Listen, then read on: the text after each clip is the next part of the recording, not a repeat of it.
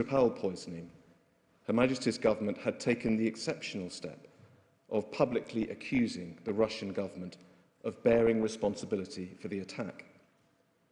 Thereafter, in fact, shortly after Dawn Sturgess's death, charges, including charges of attempting to murder the Skripals, were laid against two men who are believed to have travelled to Salisbury on the day of the poisoning and to have applied the poison to Sturgess Skripal's front door handle.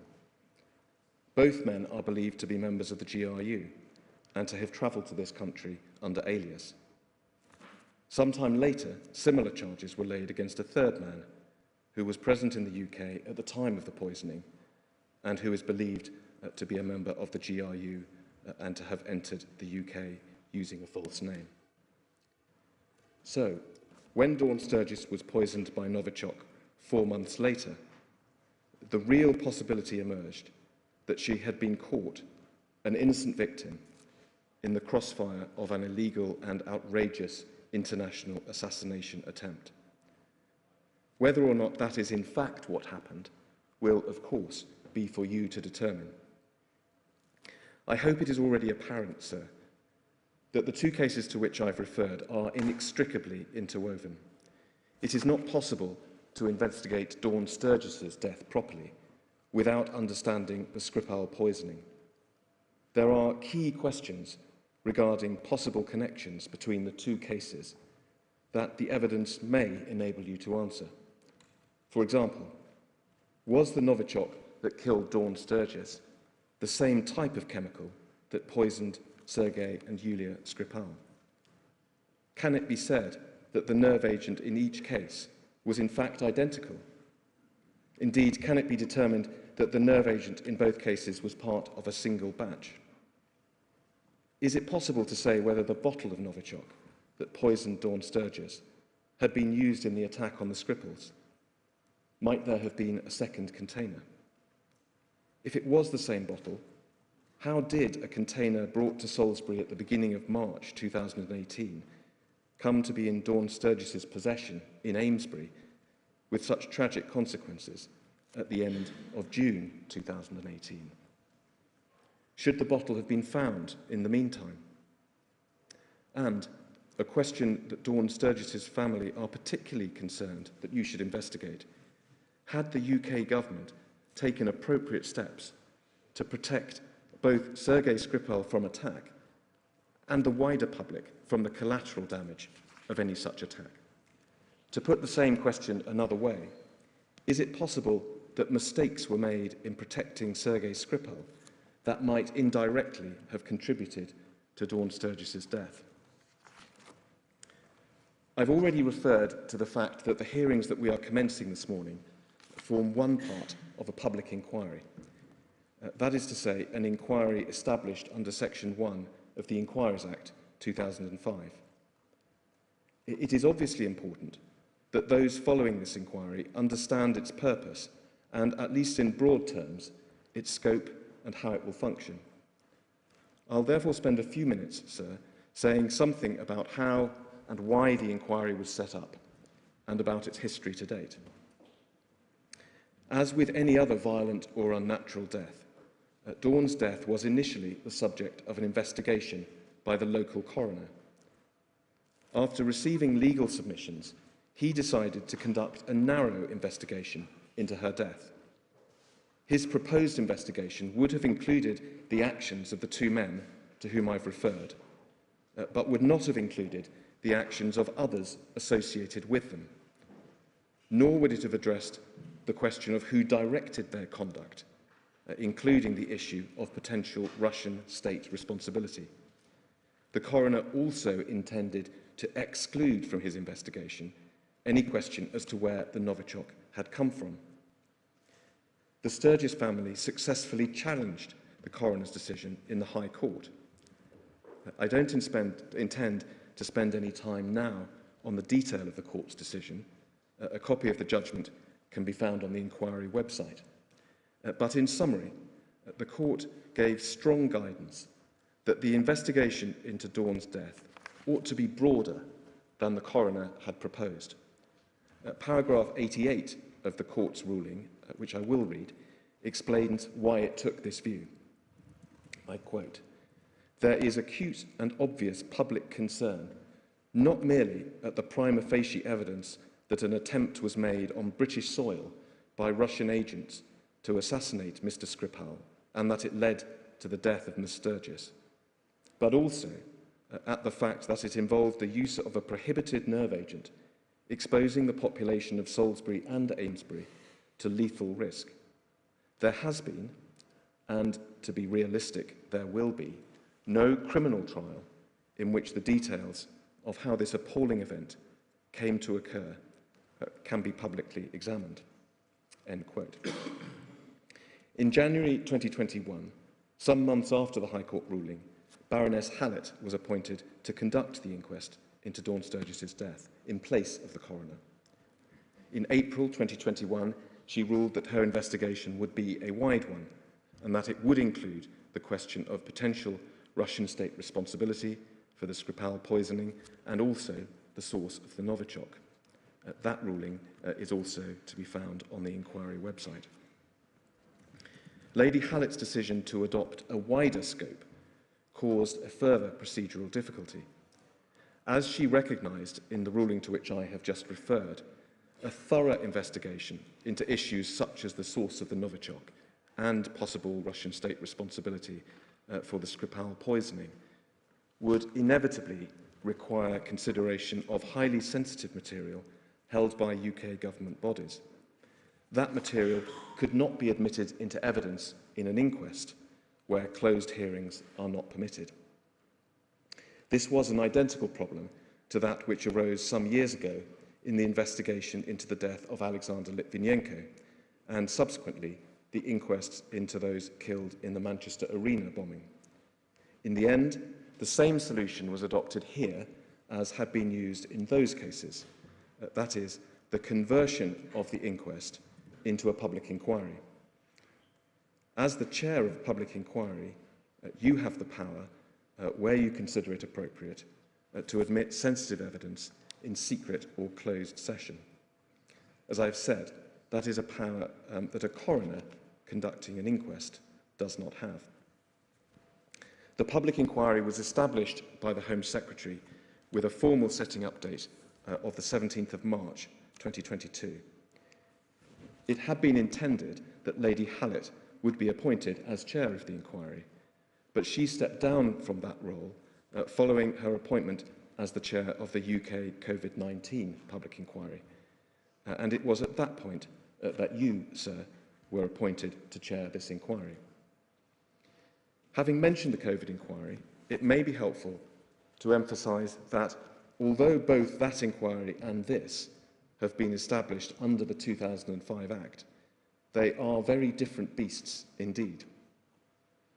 The COVID inquiry, like some other recent inquiries, has a very broad remit to examine whole sections of state activity within an extended time period and to consider wide-ranging recommendations for the future.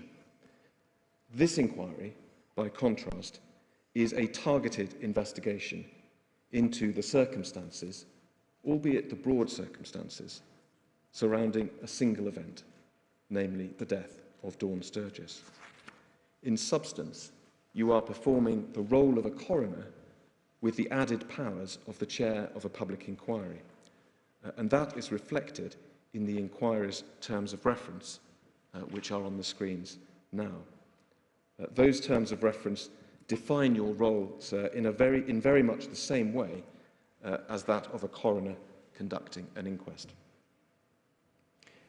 You will be familiar, sir, with a number of well-known judicial statements that have been made about the way in which coroners should investigate deaths.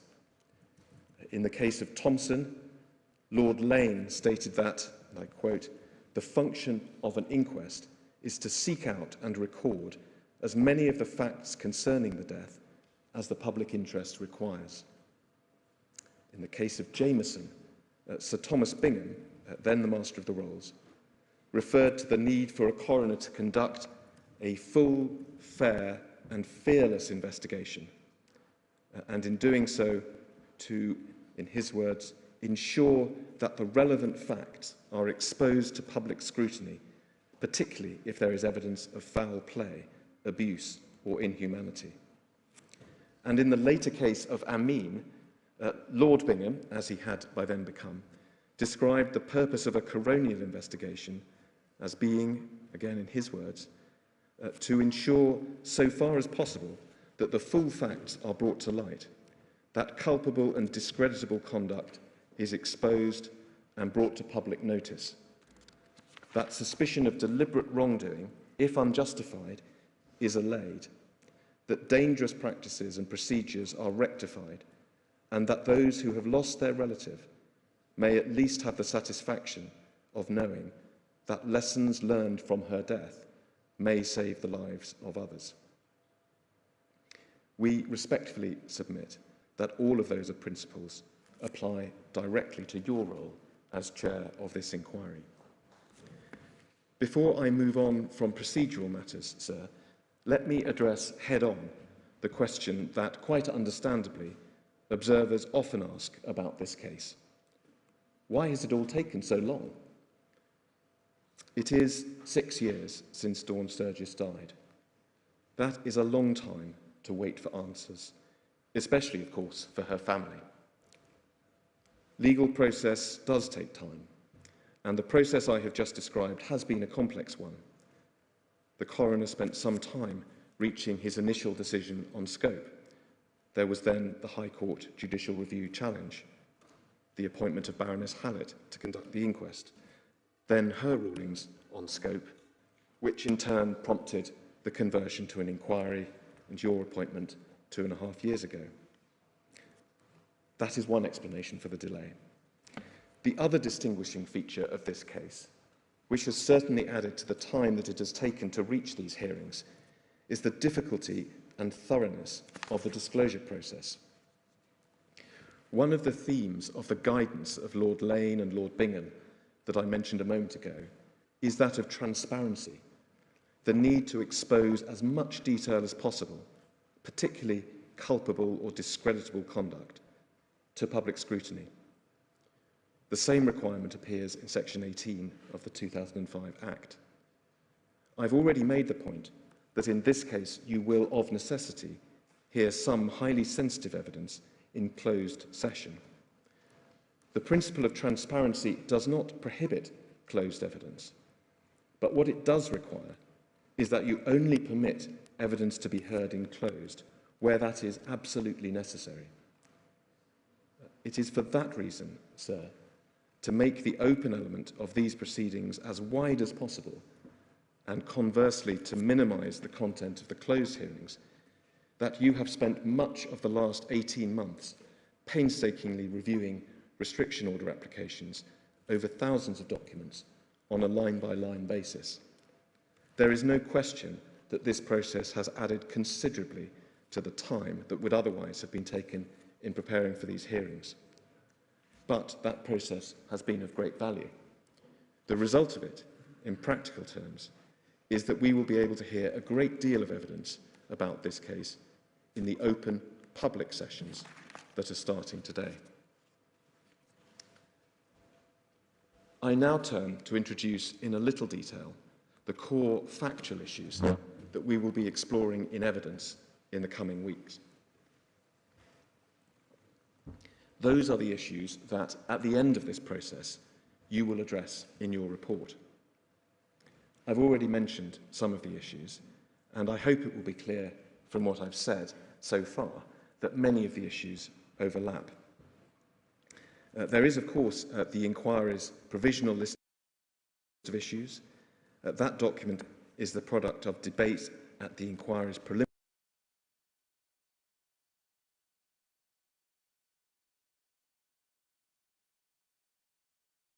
hearings and subsequent refinement. It's available on the inquiry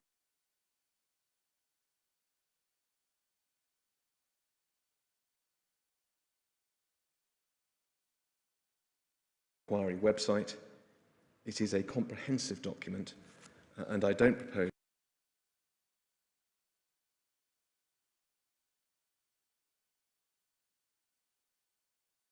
to read it out.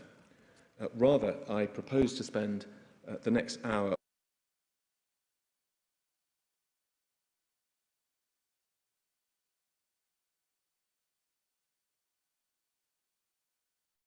or so evidence at the open hearings we are commencing today.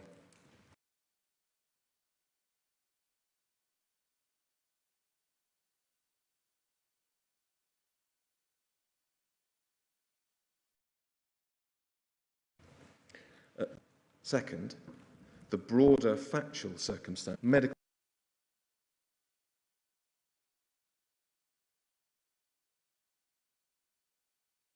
treatment, including the adequacy of the medical treatment provided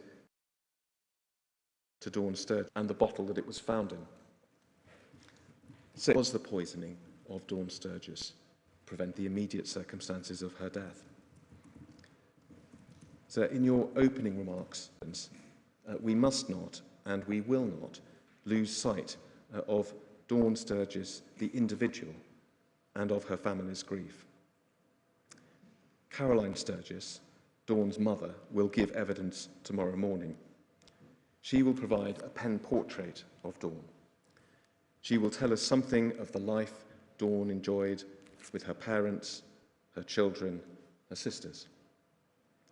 We will hear that Dawn grew up and lived almost all her life in and near Salisbury. As a child, she attended Durrington Secondary School. She had a close and supportive family and also a strong network of friends. We will hear evidence from Charlie Rowley, who was Dawn's partner at the time she died, about the life they had been living together for 16 months or so before her death. In an interview that he gave after her death, Charlie Rowley described Dawn as a lovely lady. She had a big heart. She'd help anyone if she could. Dawn's mother has said that Dawn was the happiest she'd been for a long time when she was together with Charlie. Charlie himself has described their relationship as being very happy, supportive and loving. As you will hear, Charlie Rowley was also poisoned by the Novichok. He was hospitalised and suffered serious symptoms. He also, of course, suffered a bereavement. To use his own words in a television interview, "It's my girlfriend I lost, my partner, my soulmate." You will also hear evidence that Dawn suffered from long-term dependence on alcohol, which limited her ability to work and affected her personal life. Her family recall that in the months and weeks before her death, Dawn was showing signs of improvement in her health and well-being. As I've said, she was settled and happy in a romantic relationship. She was looking forward to moving into her own flat in Amesbury, where she would have been close to Charlie. As to the immediate cause and mechanism of Dawn Sturgess's death, Professor Rutty, who conducted the post-mortem and who will be giving oral evidence to you, recorded the cause of death as 1A, post-cardiac arrest, hypoxic brain injury and intracerebral hemorrhage, 1B, Novichok toxicity. In layman's terms, and adding a little detail, the poison caused Dawn's nervous system to become overstimulated, which led to heart failure. That in turn caused Dawn's brain to be starved of oxygen. As we will hear, when paramedics arrived at the scene, they performed CPR and managed to restart her heart. She was taken to hospital and treated for several days. But the damage that had been done to her brain from the lack of oxygen during that initial period gradually developed and worsened over the days that Dawn was in hospital. In the end, as Professor Rutty will explain, it was the brain injury that was the immediate cause of her death. I turn to the second issue, sir, the narrative of broader factual circumstances of the two poisonings, that of the Skripals and that of Dawn Sturgess. And I start with Sergei and Julia Skripal. In 2018, Sergei Skripal was a Russian man in his mid-60s, living in Christie Miller Road, a quiet cul-de-sac in Salisbury, one of the residential streets between Devizes Road and Wilton Road to the west of the city centre. He was a man with an unusual past. We will hear that Sergei Skripal had been born in Russia and that he had served first as a paratrooper in the Russian army and latterly as a member of the GRU, Russian Military Intelligence. In 2004, he was convicted in Russia on espionage charges. Reportedly, the allegations against him were that he had spied for Britain. He was subsequently sentenced to a 13-year term of imprisonment, but in 2010, he was given a presidential pardon and was brought to the UK in a prisoner exchange. We will hear that Sergei Skripal had lived in Salisbury since 2010, for most of that time in the house on Christie Miller Road. After his arrival in the UK,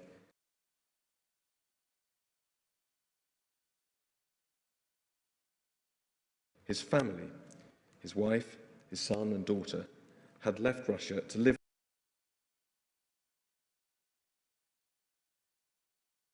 with him. But his wife and son had subsequently died, and his daughter had returned to Russia. His daughter, in 2018, the day before the poisoning. We will hear about the events of that Saturday. A larger vehicle took him to Heathrow to collect Yulia. We will hear about Sergei and Yulia returning to the house in Christie Miller Road from Heathrow, what they did that evening, and also, of course, about the events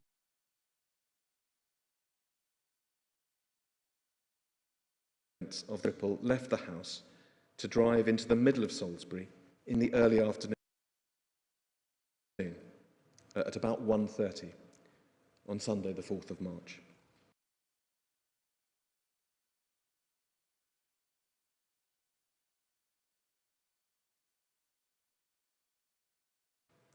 We will hear detailed evidence as to exactly what they did as they left the house, door handle on the way out of the house, that they were poisoned with Novichok. We will be able to see from CCTV, if we could have please INQ 005819, Devizes Road towards the city centre at about 13:35. They then parked on the roof of the Sainsbury's car park next to the Maltings shopping centre. They walked through the Maltings, and if we can have please INQ 005819, page 69, thank you. We see them stopping to feed the ducks in the river on their walk away from the car park. There in that box with an arrow pointing at them. They then went to the Bishop's Mill pub, arriving at 1:45, and we see here, this is INQ 5819, page 69, photo 6. This photo shows the two of them arriving at the Bishop's Mill pub. They stayed at the pub for half an hour, leaving at 2:15. By now, it was about 45 minutes since they had touched the front door handle as they left the house. Sergei Skripal appears to have put his hand to his head as he left the pub. We can see that in this picture, which is INQ 00581970. Before he was joined by his daughter, Yulia, outside the pub. The same reference number. This is photograph 8. Thank you. That's right, sir. Yes, leaving the Bishop's Mill pub at about 2:15 in the afternoon. They then walked the short distance to the Zizi's restaurant in Castle Street, where they stayed for a little over an hour leaving at 3:35. It was now 2 hours since they had touched the front door handle. They walked back through the maltings, as we can see in this photograph, INQ 005819. We see here an enlarged version of that photograph, the two of them walking through the maltings, arm in arm. So can I understand it, Mr. O'Connor? These are, as it were, fortuitously, are they, photographs that happen to have been registered on one or other CCTV system in the city centre? Exactly, so they were recovered after the event from the CCTV system.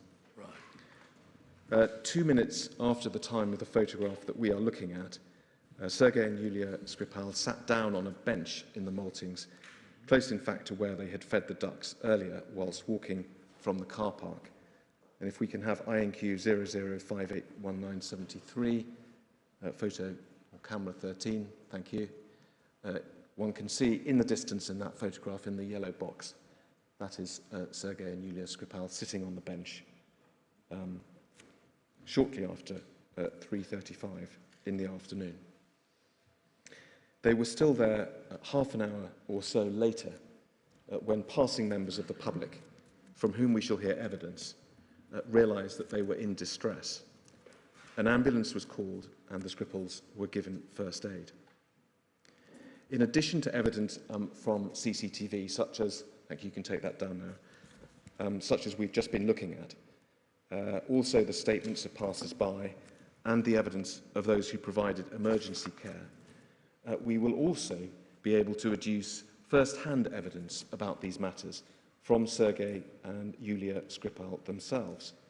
We have lengthy transcripts of police interviews that they gave after they had recovered from the initial effects of the poisoning.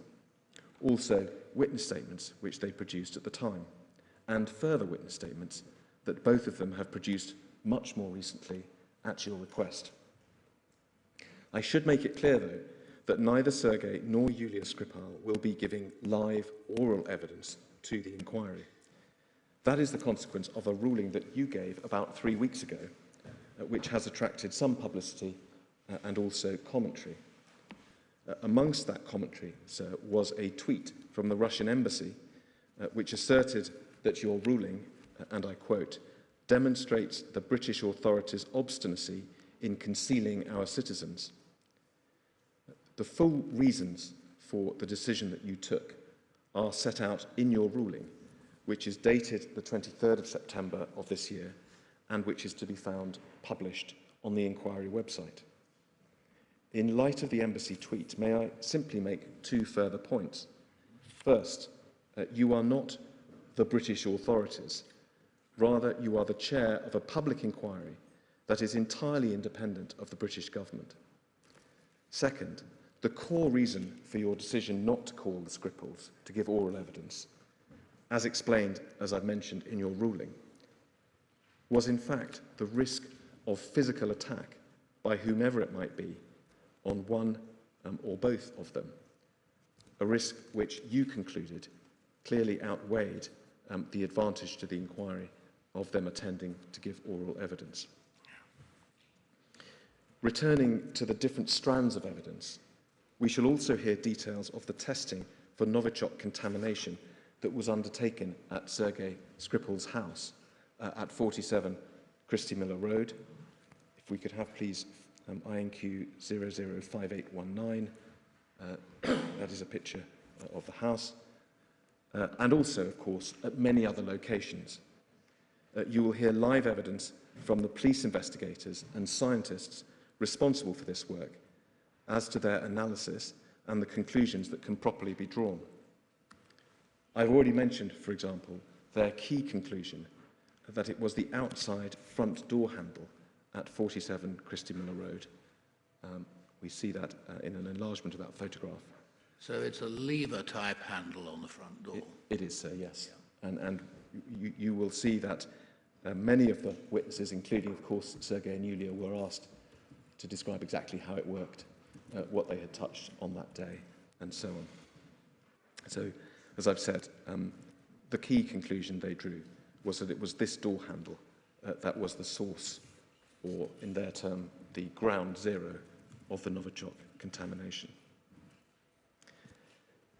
So there's one further matter to address before leaving the narrative evidence relating to Sergei Skripal. I mentioned a few minutes ago the fact that Sergei Skripal was convicted in Russia on espionage charges, reportedly for spying for the UK. Unsurprisingly, given that conviction and subsequent events, there has been much public speculation on the related questions as to whether Sergei Skripal was in fact a British agent prior to his arrest and conviction, and also whether he worked for British intelligence agencies following his release and moved to the UK.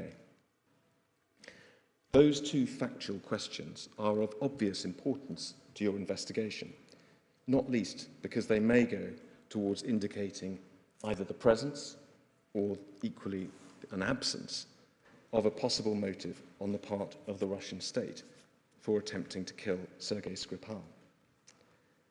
The government, HMG, is of course able to provide evidence as to whether either or both of those factual allegations, i.e. whether Sergei Skripal worked with UK intelligence agencies before and or after he arrived in the UK, whether either or both of those allegations is true.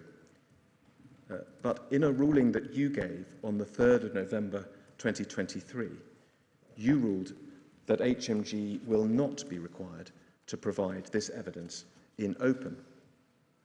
As with other rulings that I've mentioned, that particular ruling is available on the inquiry website. And your reasoning on this issue is to be found at paragraph 15 of that ruling.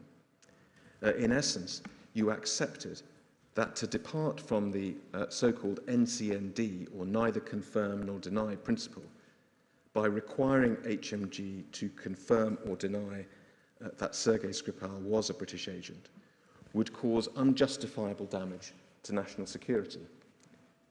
As the legal cases explain, the reason for that general principle is not only to protect individuals whose activity is questioned, but also, and more importantly, to ensure that anyone who may give information to the British authorities, now or in the future, can be confident that whatever their relationship with them may be, the authorities will never be required to discuss it publicly.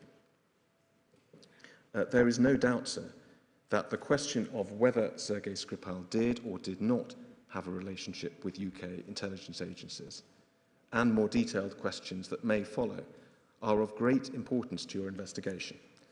To borrow Lord Bingham's words, those matters will be examined both fully and fearlessly. But the consequence of your ruling, to which I have referred, is that we will explore those matters not in the open hearings that begin today, but rather in the closed evidence sessions that the inquiry will hold subsequently. I turn now to the broader factual circumstances surrounding Dawn Sturgess's death. Later this week, we will call evidence relating to Dawn's movements and activities, both on the day before she was poisoned and on the day itself. On the day before she was poisoned, that is Friday, the 29th of June 2018, we will hear that Dawn spent the day with her partner, Charlie Rowley, and other friends in Salisbury, for much of the day enjoying the summer sunshine. During the day, Dawn Sturgess, Charlie Rowley and friends came and went from Dawn's room in John Baker House in Salisbury. They shopped and they spent some of the afternoon in Queen Elizabeth Gardens. They then returned to Dawn's room, as I said, in John Baker House. Later that evening, about 9:30 p.m, Dawn and Charlie left John Baker House and caught a bus to Amesbury. They went to Charlie's flat on Muggleton Road in Amesbury and spent the night there. So Dawn lives at this time in Salisbury and Charlie in Amesbury. That's correct, sir. Thank you. And there are plentiful sources of evidence of Dawn's movement on that Friday, from Charlie and the others that she was with, from other witnesses who remembered seeing or talking to her and gave statements to the police, and also from CCTV. That evidence, as I've said, will be considered in more detail later this week. For present purposes, I just ask that one set of photos, that's INQ 00581998, thank you, is brought up. This page, sir, shows a series of screenshots from CCTV footage taken in Salisbury on that Friday between 2:24 in the afternoon and 9:53 in the evening, showing Dawn out and about on what was obviously a sunny summer's day. Thank you. There is much less evidence, by contrast, about the crucial events of the next morning.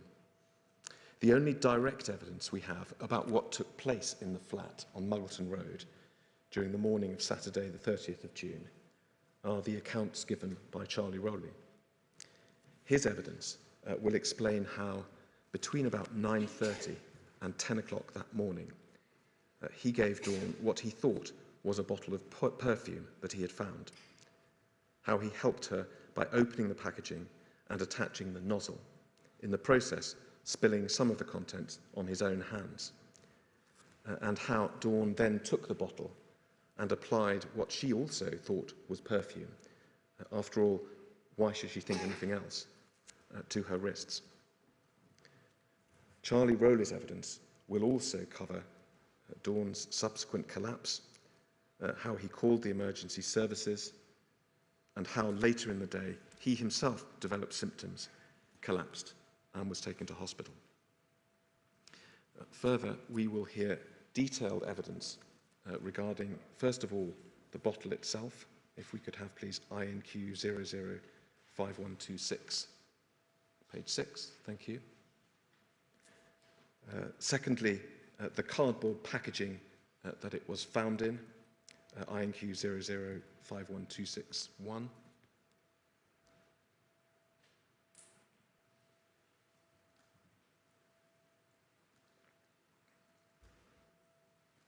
Thank you. And also the plastic packaging in which the bottle and the applicator appear to have been sealed inside the box. If we could have, please, INQ 004675.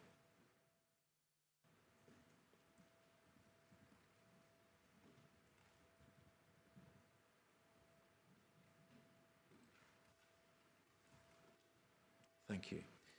So this photo shows one of the two bits of plastic packaging that were found and which, as I've said, were believed to have held the components of the perfume bottle inside the cardboard box. What is it, Mr. O'Connor? Shaped or moulded plastic? So we'll hear more evidence about that, but this is not shaped or moulded plastic. It's not. These are just bags. Appear to be plastic bags. And so we'll also hear about the scene at Muggleton Road and where the various items that I've mentioned were discovered when the flat was subsequently searched. And to give one example, if we could have, please, INQ 005126-10.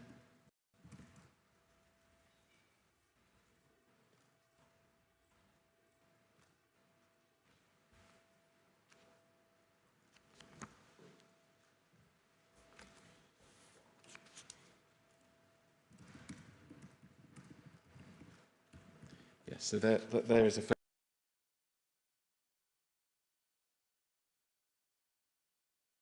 photo of one corner of the kitchen in Muggleton Road. We're mainly looking at the bin, but we can see just on the floor next to the bin, that cardboard box. That's where it was found, discarded, in fact, with the bus ticket from the journey from Taiwan at the floor, yeah. and the cardboard box was found, discarded. One may imagine that someone tried to get it in the bin and didn't quite make it.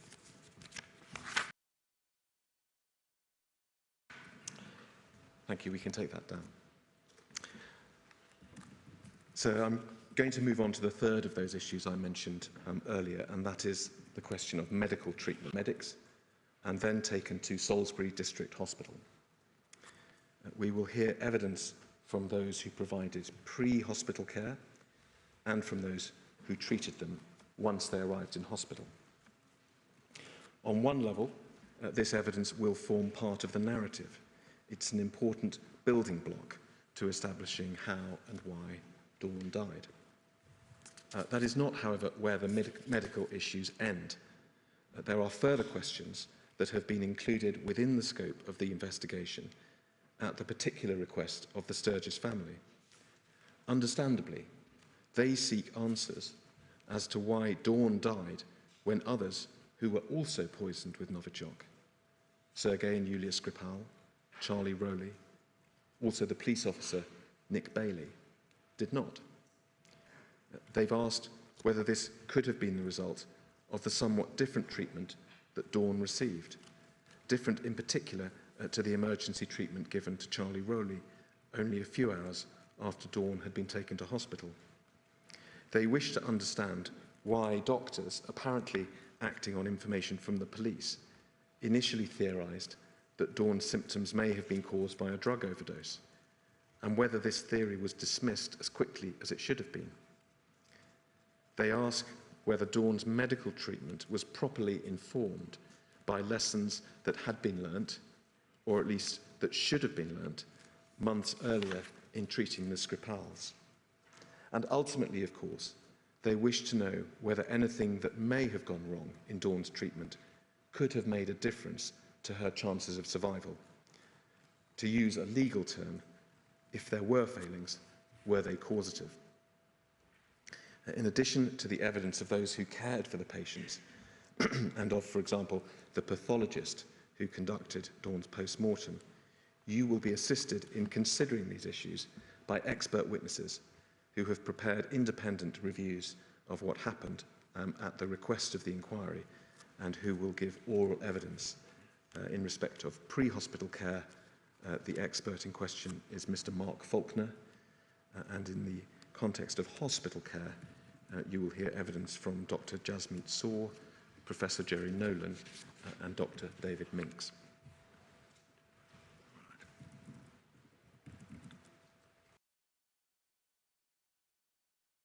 So I now come to the issue of responsibility for the Skripal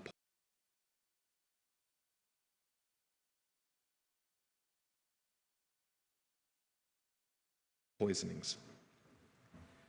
The key questions that arise can be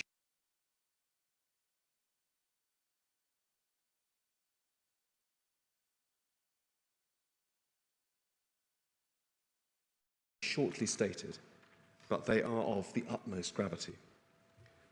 Who was it who poisoned Sergei and Yulia Skripal? When, as everyone will be aware, since the time of the poisonings in 2018, the British government took the unusual step of publicly attributing responsibility to the Russian government.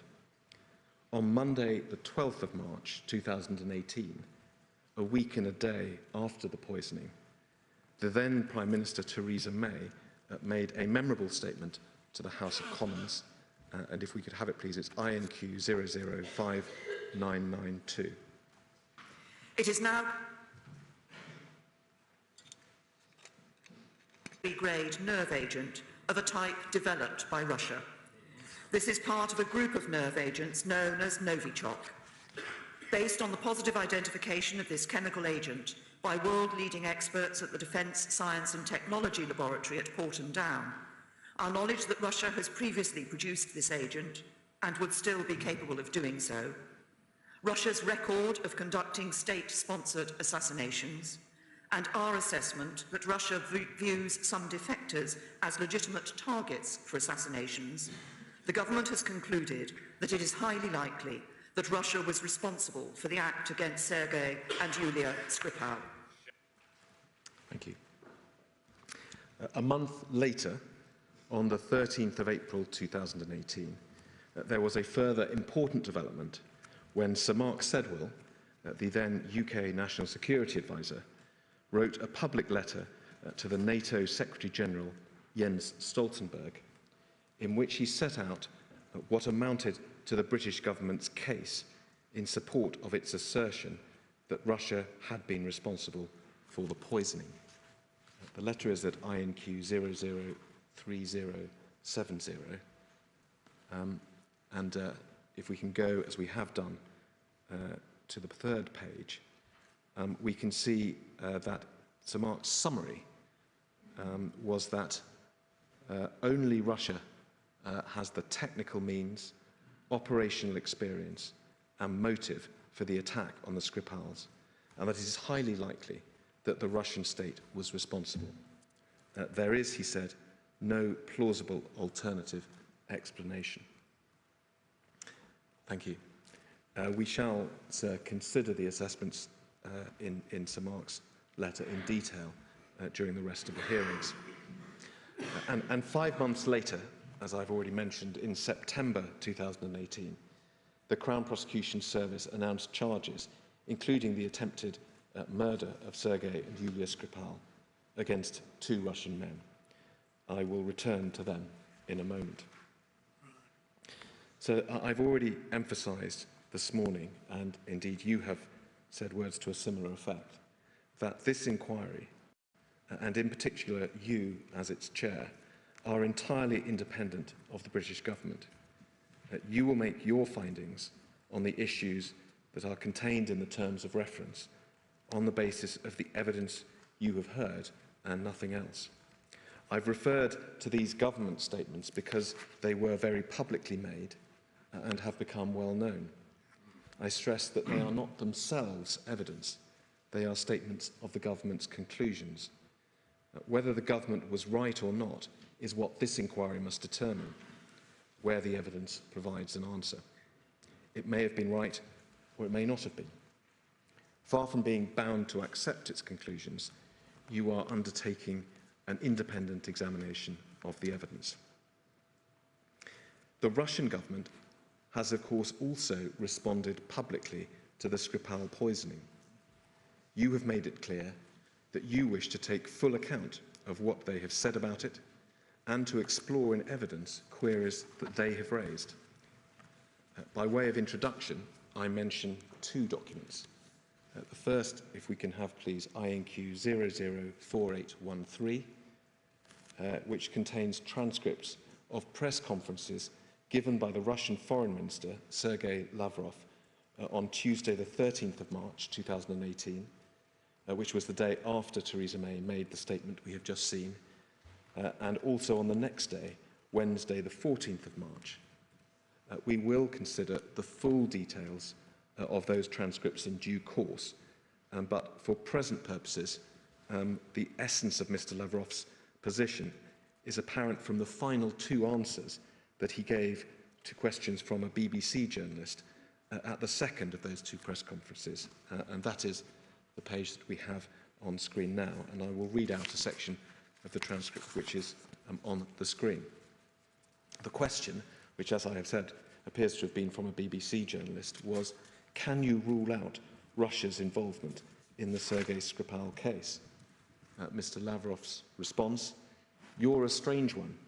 I said that we are members of the Convention on the Prohibition of Chemical Weapons, as is your country, which for some reason neglects to use the expertise of those who know what obligations the United Kingdom has. If the procedures envisaged in the Convention are fulfilled, I assure you that the Russian Federation will fulfill its obligations and respond to the corresponding request in the time allocated to prepare a response. In turn, we are waiting for the United Kingdom to respond to our request, sent in accordance with the same convention, to provide the substance in question and to make the whole investigation open to us because it involves a Russian national. If I have not explained this clearly enough, we will certainly make a transcript of my answers to the first and additional questions. We'll send it to the BBC in the hope that this time around you will not censor it before publishing or broadcasting it to your listeners and viewers. And then the next question, still, can you rule out Russia's involvement in the Skripal case? Mr. Lavrov, we've already made a statement, which is that it is all nonsense. Maria Zakharova, who, sir, was the director of the Information and Press Department of the Russian Ministry of Foreign Affairs. She has laid it out more politely. We have nothing to do with it.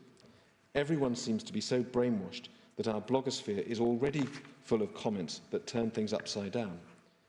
I read with amazement on one blog that I said it was unacceptable to compare the Alexander Litvinenko case and the Skripal case. I said exactly the opposite. They asked this question during my last trip to one of the African countries. I said there was a similarity with the former case. When we began to cooperate with the investigators, it was classified, and we were told that we could not have all the information. Pretty much the same is happening this time around. We are given nothing in return for our request. So please, again, I beg you, please report all I am saying now in detail, rather than limit your report to what I am imagining. Asked whether Russia is guilty, Mr. Lavrov fudged the issue. Russia is not guilty. Russia is ready to cooperate in accordance with the Convention on the Prohibition of Chemical Weapons if the United Kingdom condescends to fulfil its international obligations under the same document. Thank you. Moving on, sir, in March 2019, a year after the poisonings, the Russian embassy in London published a document entitled Salisbury Unanswered Questions. That is INQ 000612539.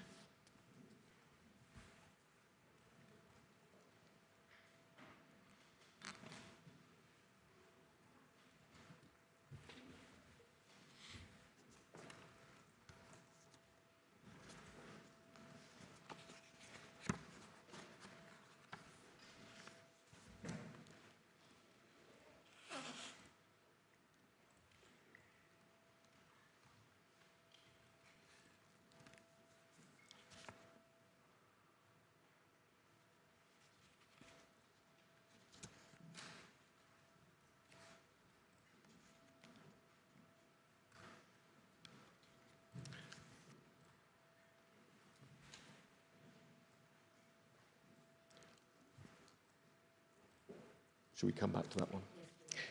Let's come back to that one. That document, though, which, as I've said, was published in March 2019, has subsequently been updated and republished several times since. And the most recent version, and the one that will be of more importance to us, was dated March 2023 and was entitled Salisbury 5 Years of Unanswered Questions. That is INQ 004576. Is that the one you want us to look at? Well, we will look at it in due course. I wonder whether we at least can call it up to see, so that we remember it when we come back to it.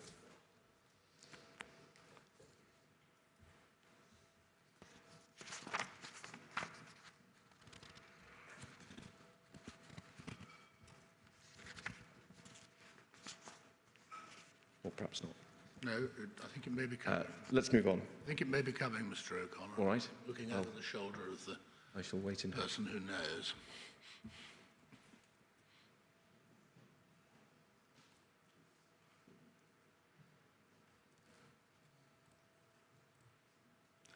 Yes, well, thank you. So those are in fact both of the documents. On the left-hand side, the initial document from March 2019, and on the right-hand side, the, as it were, updated version from 2023. And I will, in the course of the inquiry's evidence hearings, we shall explore as many as possible of those unanswered questions that have been raised. Yes, these are just the covers, are they? They're just the covers, and I'll return to... I shall want in due course, you must take your own time, Mr. O'Connor. I'm not trying to tell you when to do it, but we shall need to look at what they say and see whether it is right or not. Well, we shall, sir. Of course, we'll focus on the one on the right-hand side, and in a moment, yes, a few moments, I will come to take you to some passages of that document, the 2023 document. Thank you very much. So the questions around possible Russian state responsibility for the Skripal poisonings, and also its possible indirect responsibility for Dawn Sturgess's death, are plainly matters of the utmost political concern. public concern. It is one of the core functions of this inquiry to reach authoritative and conclusive answers to those questions. As I've already said, you will make those findings independently and solely on the basis of the evidence that has been adduced before you. Whilst there will of course be closed evidence going to these questions, there will also be a significant amount of open evidence that you will hear in coming weeks. At the heart of your consideration of these issues will be detailed factual evidence that you will hear about 3 Russian men. If we can have, please, IMQ 0058196.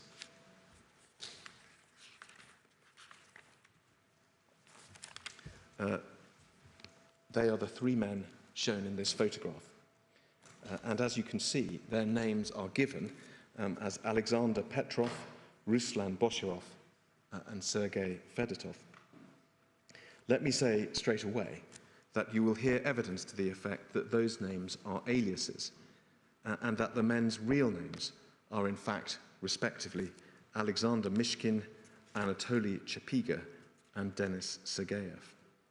As a default for these hearings, we propose to refer to these men using the names by which they entered this country in 2018. And that's these, is it? Indeed. Petrov, yeah. Petrov, Boshirov, and Fedotov. We will present evidence gathered by the police suggesting that these 3 men are in fact officers of Russian military intelligence, the GRU, or at least they were in 2018. That all 3 of them are associated with GRU Unit 29155, and that they had travelled extensively in Europe, often together, prior to 2018. We will explore that evidence in the coming weeks. I don't propose to say any more about it today.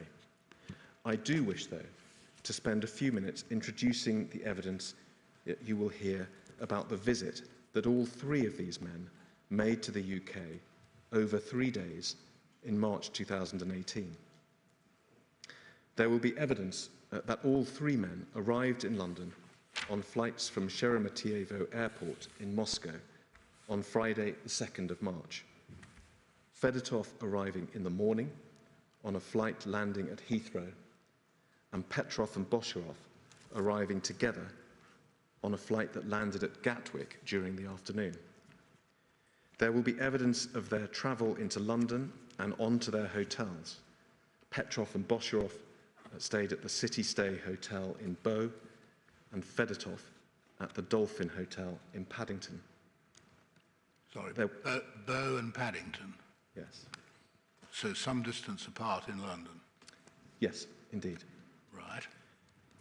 There will be evidence from mobile phone cell sighting of their movements around London over the next 2 days, the Saturday and the Sunday, including the possibility that the 3 men met together. And we will see evidence of their departure back to Moscow from London on Sunday, the 4th of March. Fedotov on a flight from Heathrow that departed in the early afternoon, and Petrov and Boshirov on a flight also this time from Heathrow at 10:30 that night.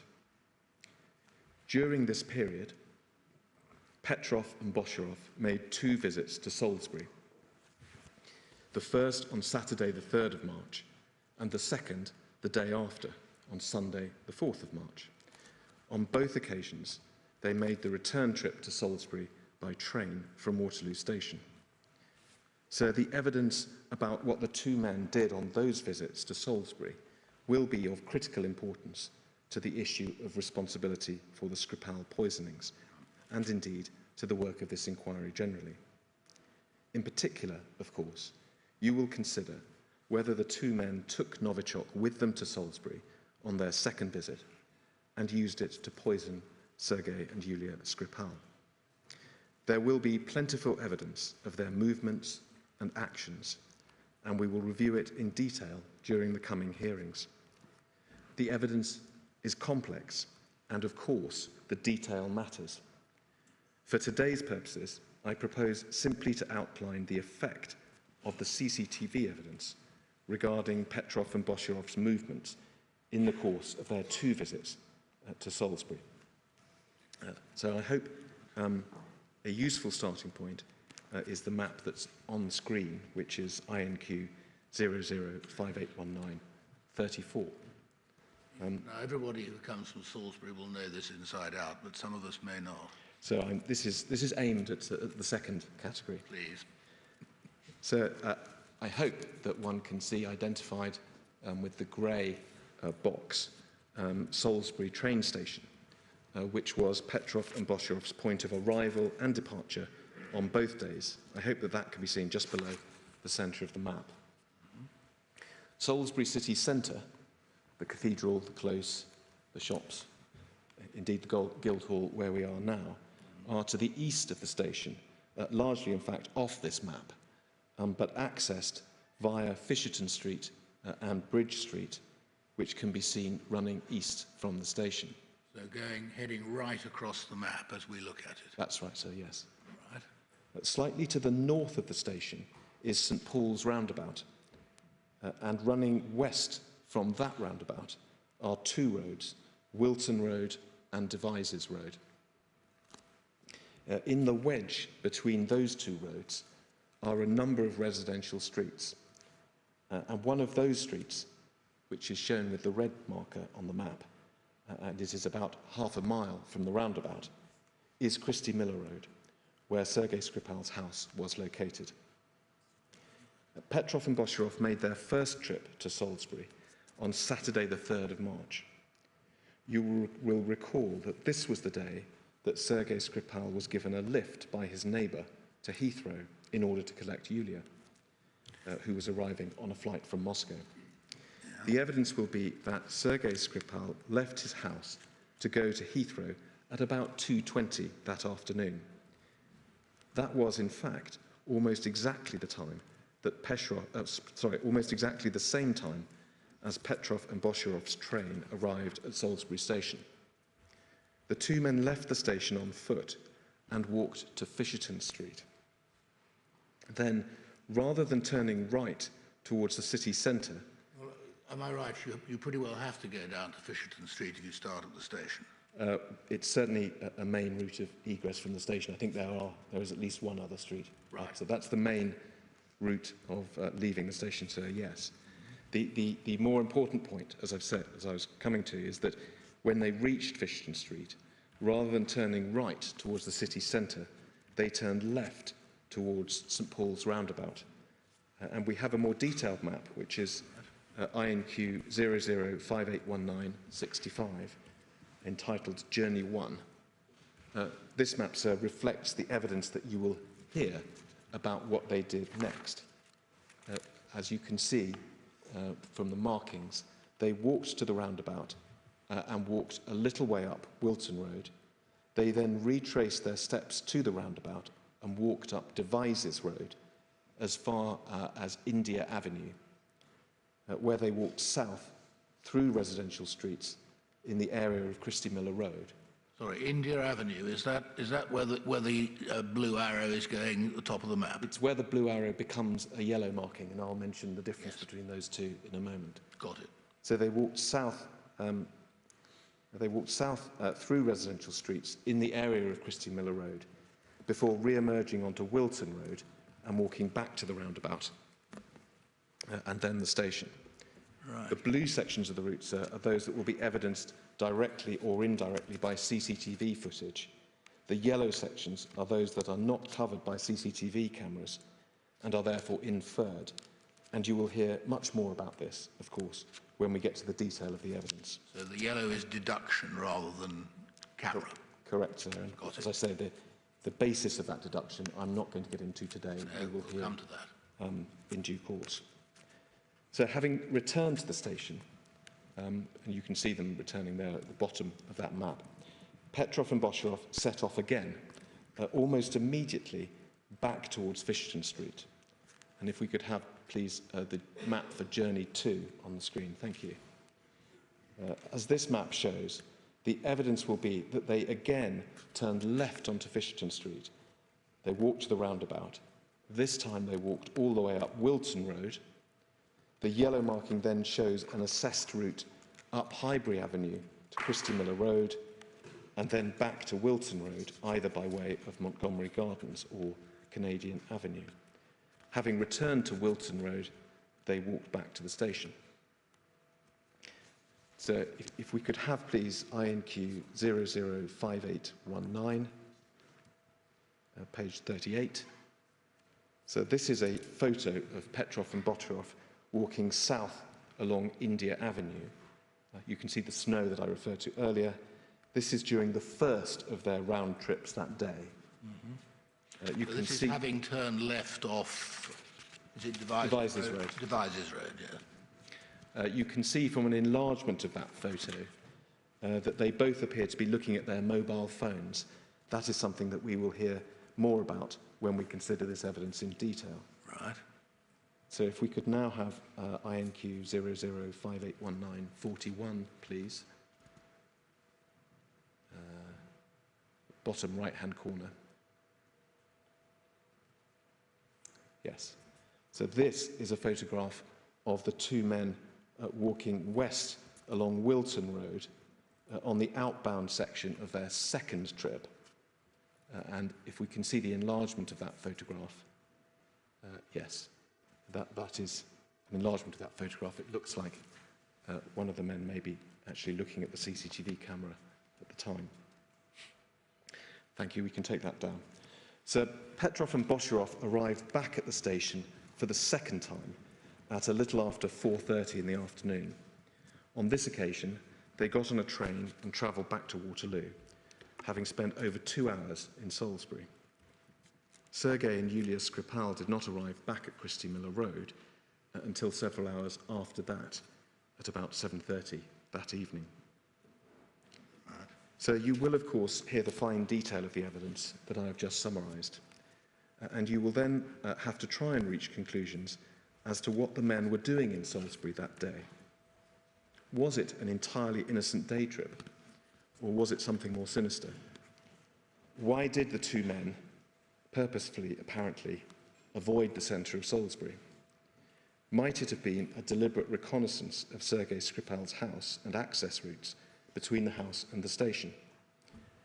Was it a coincidence that Petrov and Botyrov's visit to Salisbury coincided with a time when Sergei Skripal was away from his house? As I've said, the two men returned to Salisbury the next day, Sunday the 4th of March. This was the day when Sergei and Yulia Skripal drove into Salisbury in the early afternoon and later collapsed on a bench in the Maltings shopping centre. The evidence will be that on that Sunday, Petrov and Botyrov's train arrived at Salisbury station at about 11:45 in the morning. They left the station on foot and walked to Fisherton Street.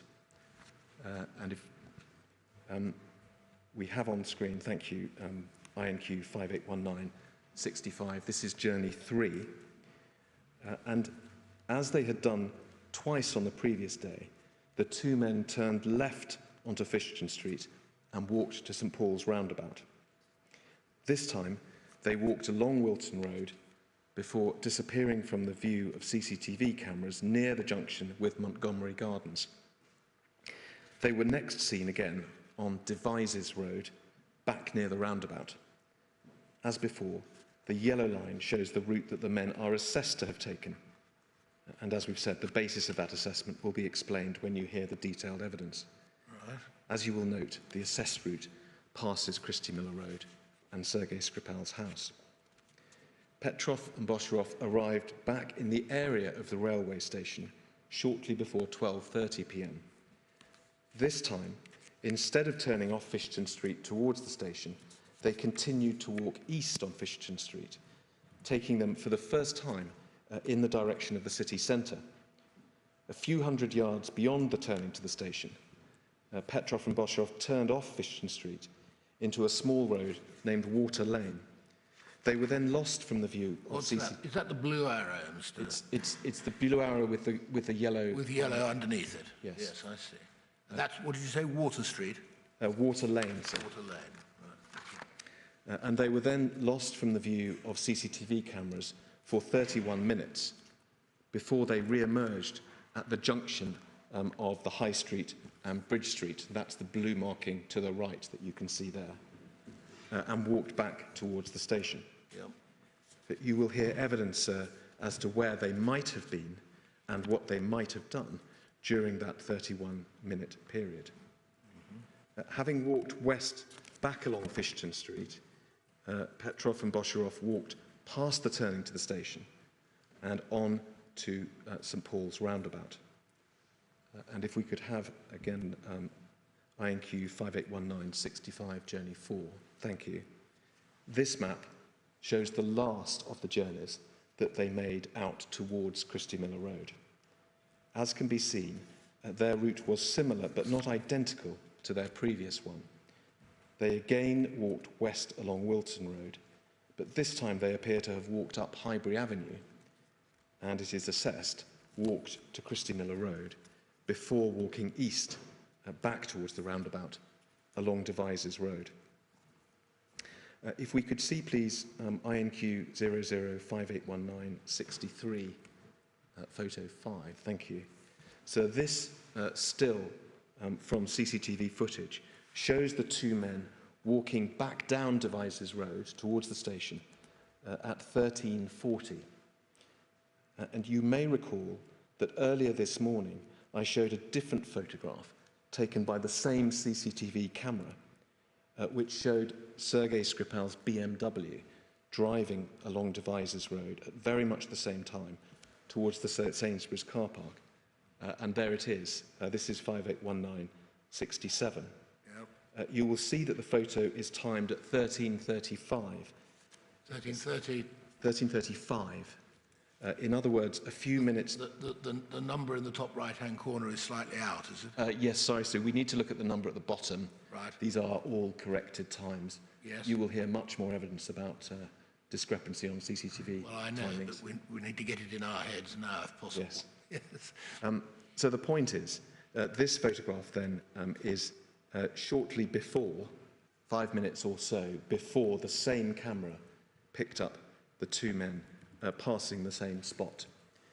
Given the timings, it seems quite possible that Sergei and Yulia Skripal drove past Petrov and Bosharov further up, back up Devizes Road.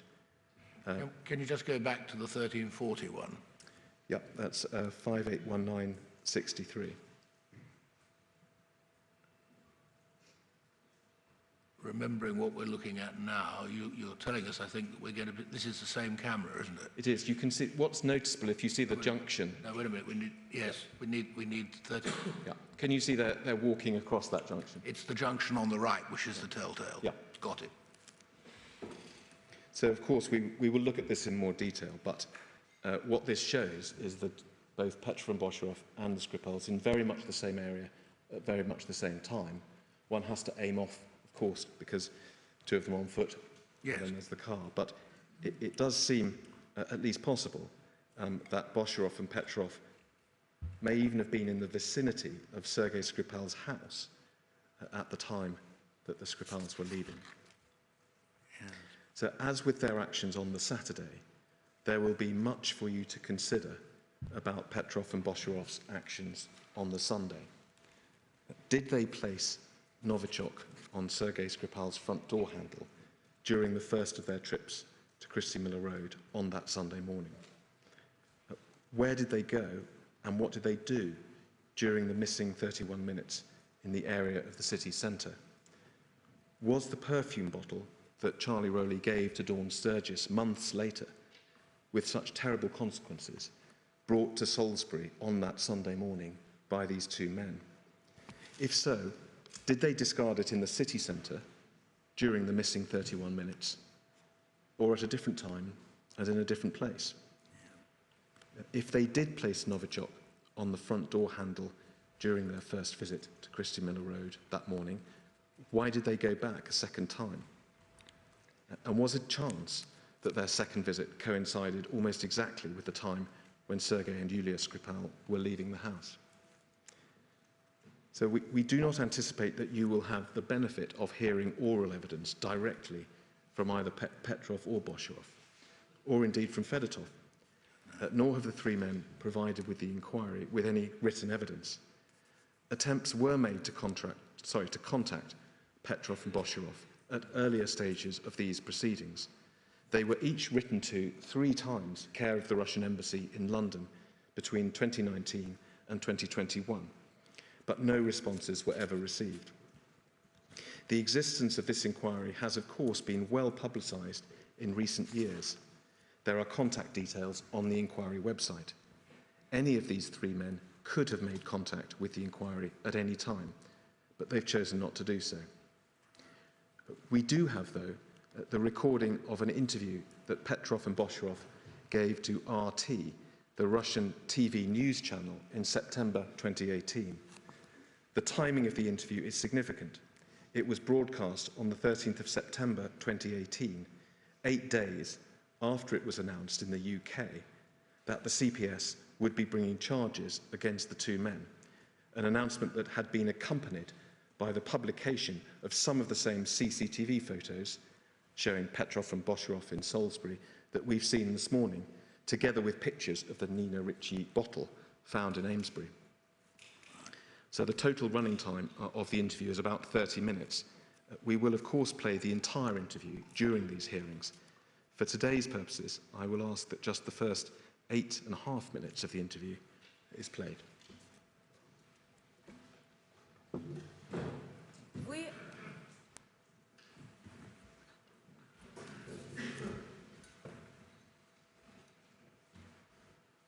Вы позвонили мне на мобильный телефон и сказали, что вы Руслан Баширов и Александр Петров. Александр Петров и Руслан Баширов. Вы реально похожи на то, что нам показывали из Британии, на те фотографии и на те видео. Вы на самом деле кто? Мы на самом деле те, кого и показывали. Руслан Баширов. Александр Петров. Это ваши настоящие имена? Да. Да, это наши настоящие имена. Но вы даже сейчас, когда об этом говорите, вы вот честно выглядите очень напряженными. А как бы вы выглядели Когда после вашу всего? жизнь такой-то раз и перевернули с ног на голову, просто одним днем и сломали. На этих записях, которые мы видим из Лондона, где вы ходите в этих уже знаменитых пуховиках, кроссовочках, по Солсбери, это вы. Да. Да, это мы. Что вы там делали? Ну, друзья нам давно уже советовали посетить этот прекрасный город. Солсбери. Да, Прекрасный город. да. Он это чем он туристический прекрасен? город. Там есть знаменитый собор, Солсберийский собор. Он знаменит не только во всей Европе, он знаменит, я так думаю, даже во всем мире.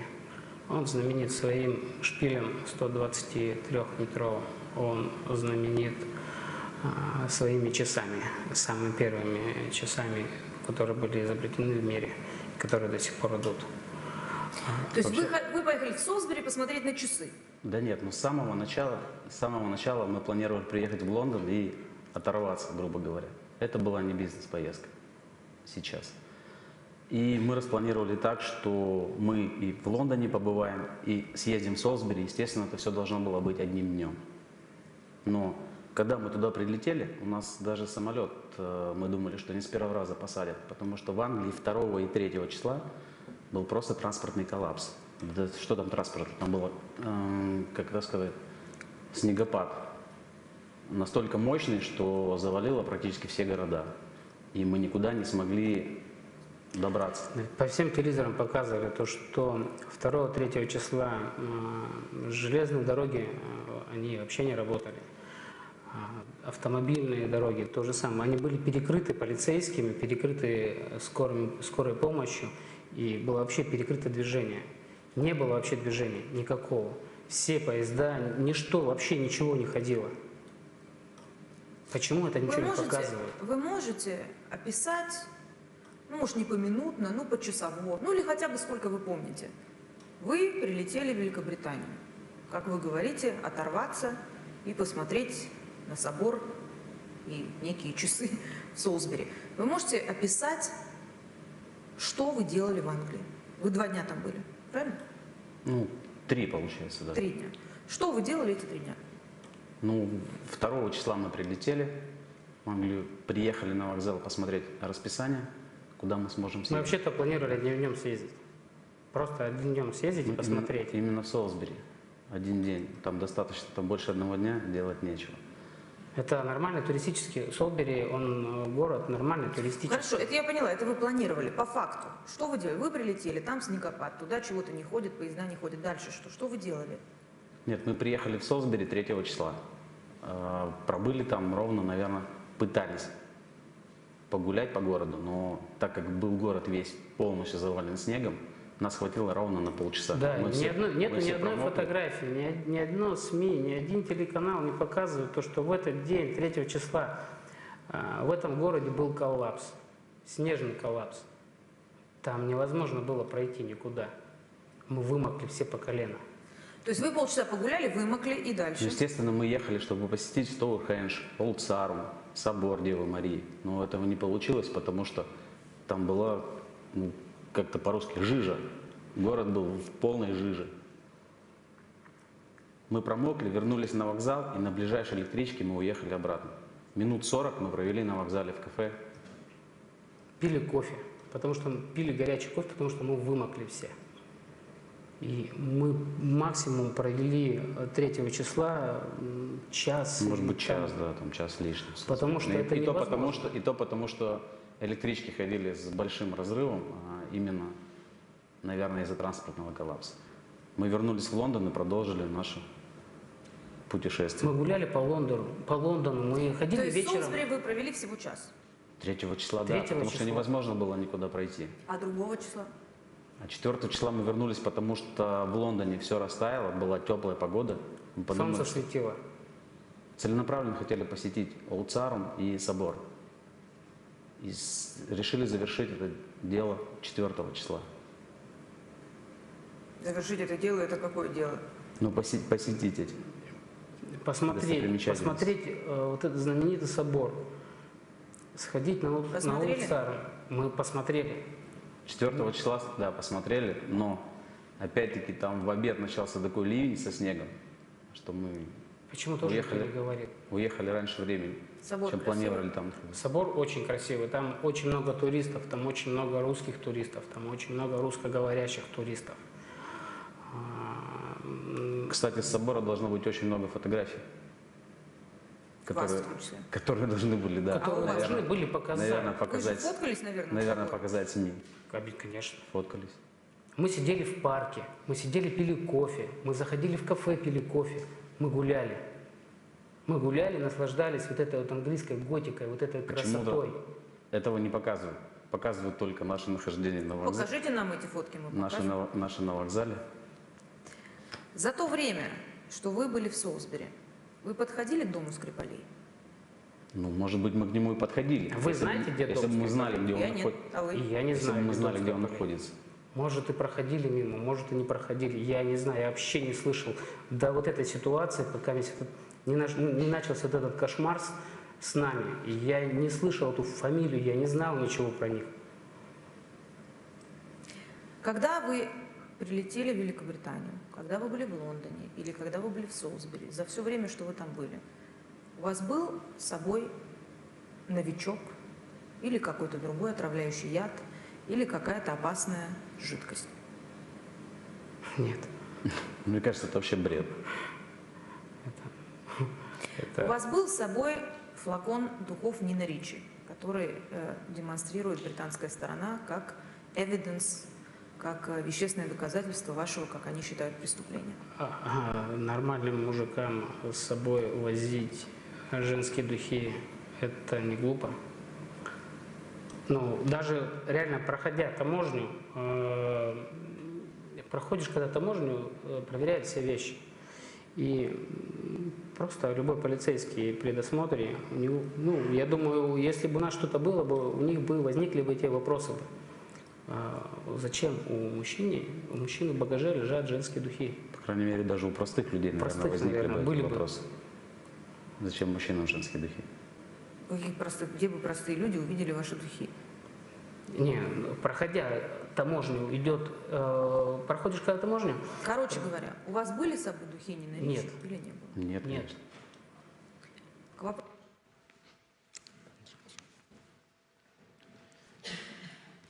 So, detailed factual evidence relating to these three men is not the only open evidence that bears on questions of responsibility for the Skripal poisoning. You will also hear evidence from at least three further sources that you may find helpful in reaching your conclusions on that issue. First, Sergei Skripal himself has expressed his own views on the matter. When interviewed in May 2018, he stated that he believed President Putin was responsible for poisoning him. And if we could have the transcript of his interview, please, it's INQ 0057461. And we can perhaps just see there that the date of the interview is the 15th of May 2018, so 2 months or so after the poisoning. And then if we can go to page 9 of the transcript, I'm going to read a passage starting about a third of the way down. And the police officer says, "Sergei, we've spoken again about what happened on the Sunday, and we've spoken about what happened on the Saturday. And the other question which we asked you yesterday was about why you thought this had happened to you. And just to clarify and summarize, you said that you thought Putin was responsible, that," and Sergei Skripal says, "it's my private opinion." And the police officer says, "Yeah, it's your private opinion, and I know that's not anything evidentially based, it's your opinion. And you explained that you thought he was responsible for it. You thought it may be because they believe you were still actively working for the West." And Sergei Skripal says, "This is number one reason." The police officer says, "And you think it would be the equivalent of, I always get, is it FSB?" And Sergei Skripal says, "FSB." Police officer, "FSB rather than the GRU, because you held a very high position and had a lot of respect within the GRU. And you also have lots of people that are still your friends or associates within that. So you don't think they would have worked to have done this to you?" And Mr. Skripal said, "Yes, absolutely sure." Thank you. That's all I wanted to read from that transcript. But as you know, much more recently, in fact in the last week or so, Mr. Skripal has provided the inquiry with a further witness statement. That is, if we could have it up please, INQ 006086.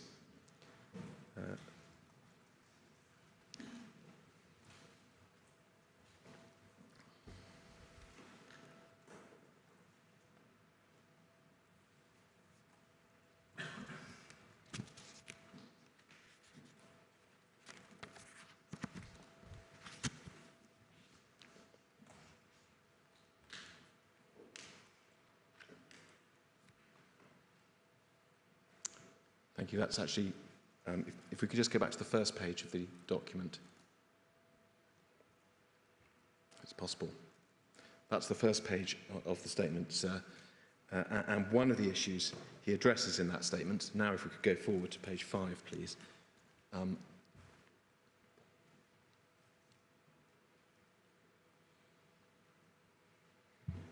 That's it.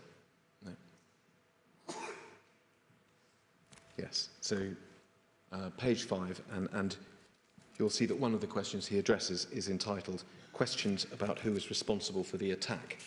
And I'm going to read a relatively lengthy section from the statement so that we all understand what Mr. Skripal's current view is.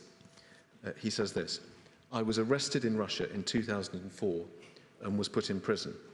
I stayed there until Medvedev, at that time the President of Russia, signed my pardon in 2010. I was then released and helped to come to Great Britain in an exchange of prisoners. I do not know for certain how Putin personally viewed me then or later. As far as I know, I never spoke to him, although I was in the same room as him 2 times many years ago. Based on my experience in GRU Special Service, it is normal in the intelligence business to exchange people. In 2010, the US had arrested many Russian spies, so Putin needed people to trade. It is not honourable to kill people who have been exchanged, and the attack on Yulia and me was an absolute shock. I had received a presidential pardon and was a free man with no convictions under Russian law. I never thought the Russian regime would try to murder me in Great Britain. They could have killed me easily if they wanted to when I was in prison. After I left Russia, I lived quite a normal life for almost 8 years. I continued relationships with Russian friends and family after I left Russia. Some came to visit me in Great Britain, and as far as I'm aware, they did not face problems. My daughter and son went to Russia on holidays, and my daughter even lived there, as far as I'm aware, without any difficulties, and they travelled back to Salisbury. This was routine. I understand that Ross, that is Ross Cassidy, who's a witness from whom you'll be hearing, sir, remembers me telling him Putin would get me if I went back to Russia. I knew of no specific threat, but of course I thought returning to Russia would be dangerous. People who do not support the regime are in danger there. My mother warned me as soon as I arrived in Great Britain never to think about returning to Russia. I never did, although legally I could have done so. If I had gone back to Russia and something had happened to me, I would not have been surprised. A pardon is only a piece of paper when in Russia, but so far as I'm aware, an exchange of prisoners is normally respected between states. I've been asked about some of my theories for why the Russian government wanted me dead. In the transcript of my interview of the 14th of May 2018, I said, Putin knows me, I know him, personally. I understand Ross remembers me saying this to him too. I don't remember saying I had met Putin himself. If I did so, it's an exaggeration. I meant that I know Putin's character. I believe Putin makes all important decisions himself. I therefore think he must at least have given permission for the attack on Yulia and me. Any GRU commander taking a decision like this without Putin's permission would have been severely punished. That is what I meant when I said special services in Russia will do nothing again without permission Putin. That he ordered the attack is my private opinion, based on my years of experience and my analysis of the continuous degradation of Russia. I do not have concrete evidence to support this. When I was still working in GRU special services in Russia, I had access to secret information. I was aware of allegations that Putin had been involved in illegal activity to do with the disposal of rare metals. I've always thought poison is a KGB technique because it is not honourable. GRU relations with the KGB and later the FSB were generally bad while I was working in the GRU, and we did not cooperate, so I have not myself seen evidence of the KGB using poison. I have read that Putin is personally very interested in poison and likes reading books about it. I believe I read this somewhere online, although I cannot now remember where. I'm aware of the poisoning of Litvinenko in 2006. I think Yulia was right in principle when she said, if the Russian government want to kill you, they will find a way anywhere. Nobody can be protected 100% from an assassin, especially one who plans carefully or is prepared to die. Thank you. So I mentioned 3 further sources of open evidence on the issue of responsibility for the poisonings. Sergei Skripal's evidence was the first. The second is assessments made by the government of this country. Jonathan Allen, a senior FCDO official, has provided the inquiry with a statement containing HMG's current assessments regarding responsibility for the poisoning. If we could have it up, please, it's INQ 005938. So you'll recall I referred earlier to the letter written by Sir Mark Sedwill to the NATO Secretary-General in 2018. Mr. Allen's evidence will update the assessments contained in that letter. And there is one important respect in which Mr. Allen's statement goes further than the Sedwell letter. And if we can go to page 6 of the statement, please, at paragraph 25, Mr. Allen makes the following statement. In light of the required seniority under Russian law to approve assassinations of suspected terrorists outside Russia, and that this incident concerned a politically sensitive target, Mr. Skripal was a UK citizen and was targeted on UK soil. It is HMG's view that President Putin authorised the operation. Plainly, sir, we will have further questions for Mr. Allen when he comes to give evidence about that part of his statement. So, finally, there will be evidence relating to the Novichok itself and the bottle that it was discovered in. And that is a separate issue to which I now turn. And I have referred several times now to Novichok, the chemical nerve agent which, according to evidence you will hear, poisoned Sergei and Yulia Skripal, Charlie Rowley and others, and also poisoned and killed Dawn Sturgess. I mentioned at the outset this morning that Novichok is the name given to a class of nerve agents said to have been developed by Russian government agencies in the final years of the Cold War. Many general questions arise about Novichok itself. What is it and how does it work? What understanding is there about when and where this nerve agent was first developed? Is it now, or was it in 2018, outlawed by international treaties? Do any countries hold stocks of it? If so, which? How easy is it to make and to transport? Is it known to have been used anywhere other than Salisbury in recent times? If so, where and by whom? We will address all of those questions. And there are further questions that arise in relation to the particular Novichok that was found by forensic investigators in 2018.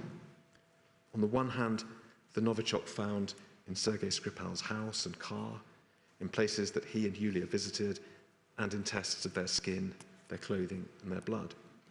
And on the other hand, the Novichok found in the bottle discovered in Charlie Rowley's house in Amesbury, and in tests of his and Dawn Sturgess's clothes and blood. How similar was the Novichok that was found in Salisbury in March to the Novichok that was found in Amesbury in July? What conclusions can be drawn as to whether the two samples of the toxin were made in the same place, or whether they came from the same batch, or even the same bottle? Again, we will investigate these questions.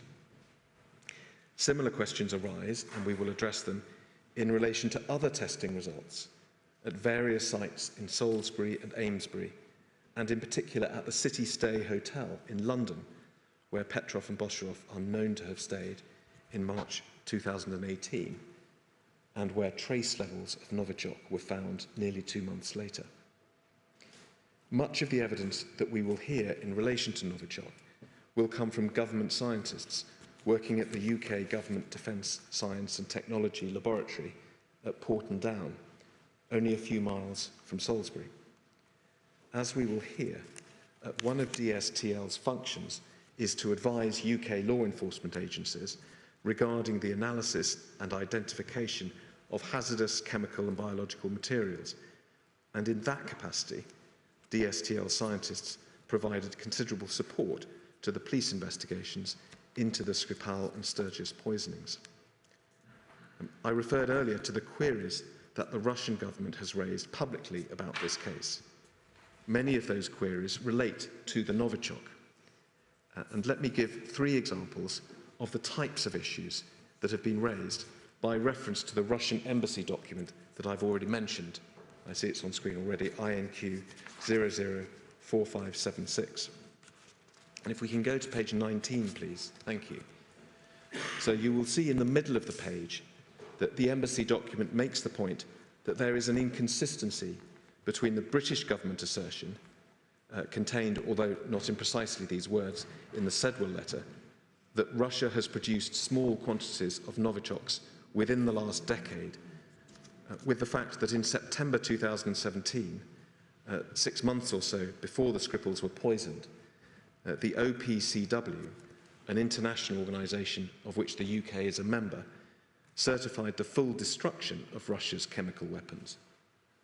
As the embassy document puts it, if the UK had information of Russia producing military-grade chemical agents in contravention of its obligations, one would expect the UK to raise the issue in 2017. They did not. It's also not clear what kind of information Britain possesses and how it has come to the conclusion regarding the purpose of the alleged production. Second, the embassy document raises questions about the source of the Novichok.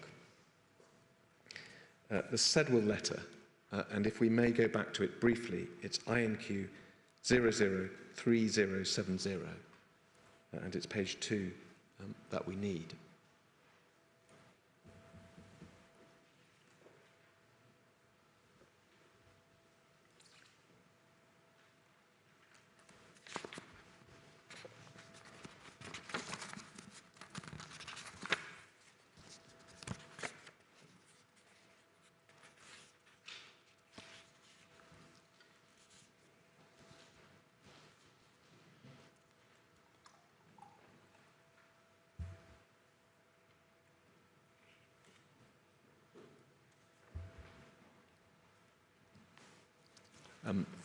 It's page 2 of the Sedwell letter.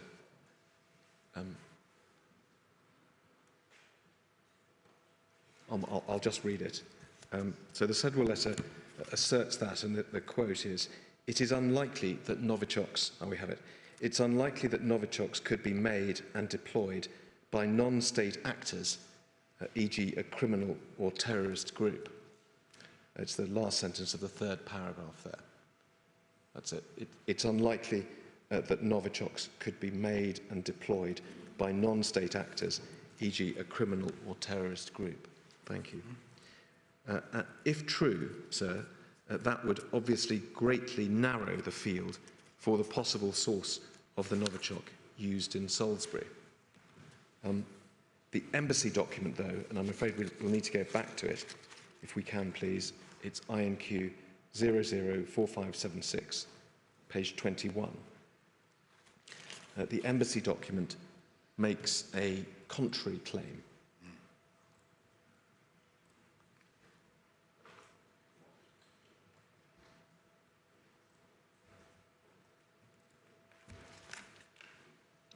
Thank you. About halfway down page 21, there is the assertion, it is safe to say that any modern chemical laboratory is capable of synthesizing Novichok.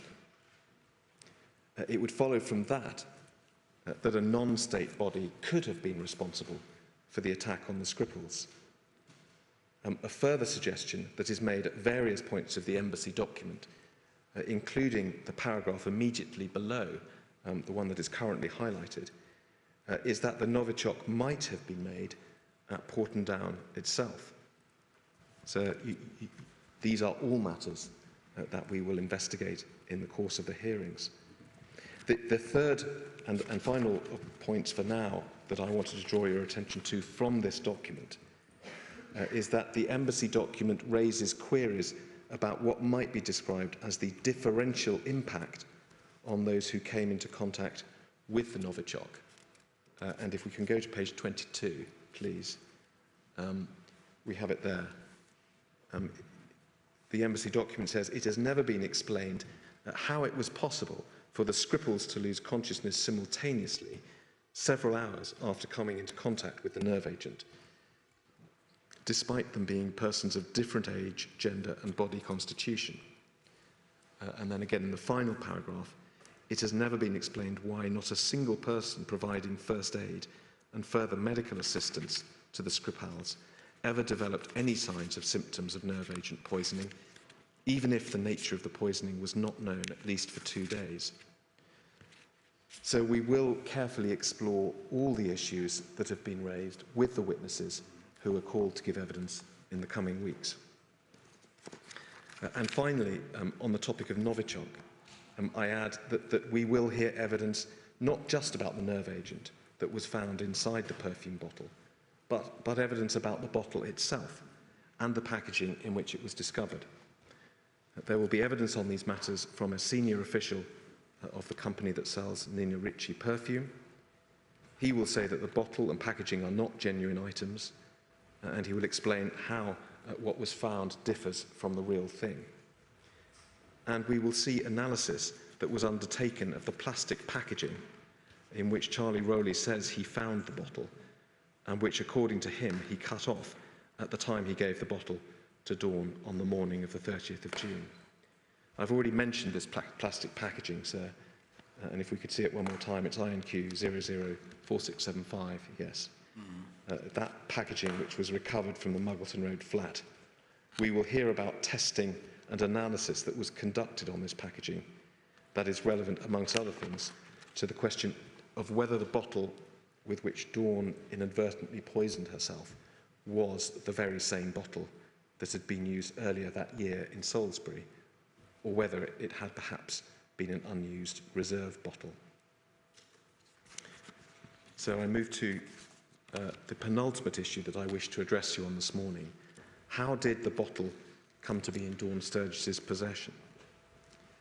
If you do conclude, on the evidence you hear, that the bottle Dawn Sturgess held in her hands on the morning of the Saturday, the 30th of June, had been brought to Salisbury some 4 months previously, in early March, by Petrov and Bosharov, then it is also necessary to explore the question of what happened to the bottle in the meantime. How did it end up that Saturday morning being given to Dawn by Charlie Rowley with such tragic consequences? This is important not only because it goes to the sequence of events leading to Dawn's death, but also because it informs one aspect of the final issue that I will come to address this morning, that of whether Dawn's death could or should have been prevented.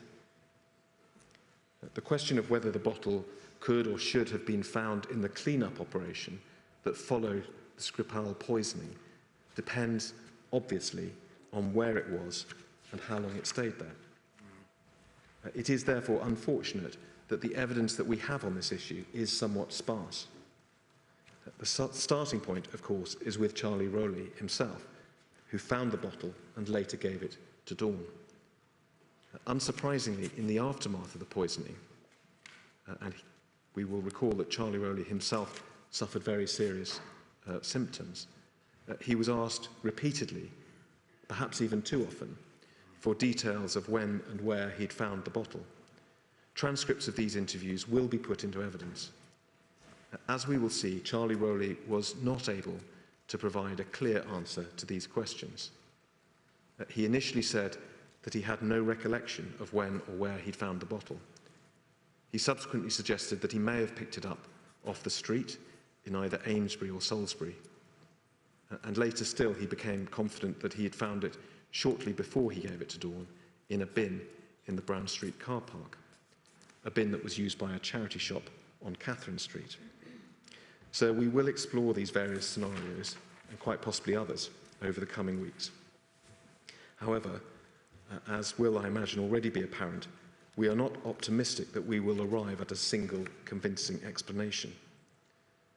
The idea that Charlie Rowley may have found the perfume bottle in a bin is plausible in itself. As we shall hear, Mr. Rowley accepts that he's been in the practice of searching for valuable items in certain bins, and the charity shop bin in the Brown Street car park was one of those that he visited. But there is evidence that those bins were emptied regularly. A bottle left in the bin in early March would certainly not have still been there in June, when Mr. Rowley says he found the bottle. Perhaps Mr. Rowley is wrong, and he removed the bottle from the bin within a day or so of the Skripal poisoning, perhaps even the same day. But that would mean that he had it in his possession for months longer than he remembered, including a time when he moved house. So there are other factual scenarios to consider, and we will explore all of them with the witnesses, including, we hope, Mr. Rowley, over the course of the hearings.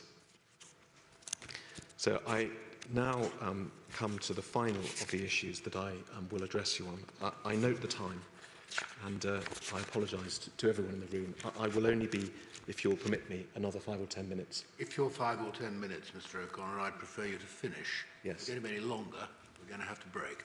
I will confine myself to that time. Right.